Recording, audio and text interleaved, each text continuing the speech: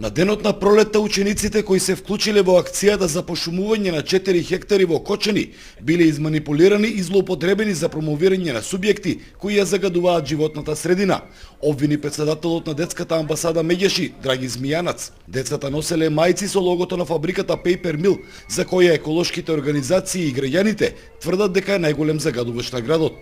Со високо морална свест од страна на децата да го пошумуваат градот и многу е активистички, еколошки, би рекол, и детското учество во пракса, меѓутоа кога забележавме дека се носат мајци од главниот загадувач во Кочани и бевме разочарени, моравме да реагираме и дојдовме денеска тука во Кочани да дадеме поддршка на граѓаните да го кренат гласот. Граѓаните го креваат гласот цел еден месец, протестирајќи секое попладне пред влезот на фабриката, а се организираа и неколку масовни протести.